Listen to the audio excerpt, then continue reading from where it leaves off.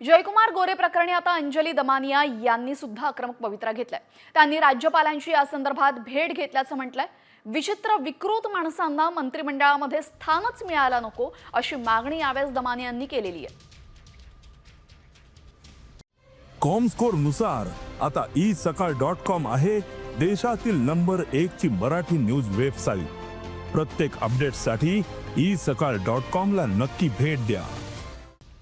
हंबीररावांच्या वंशजांना त्रास देत आहेत आणि ते पण फडणवीस सरकारचे आणि फडणवीसांचे अतिशय लाडके मंत्री।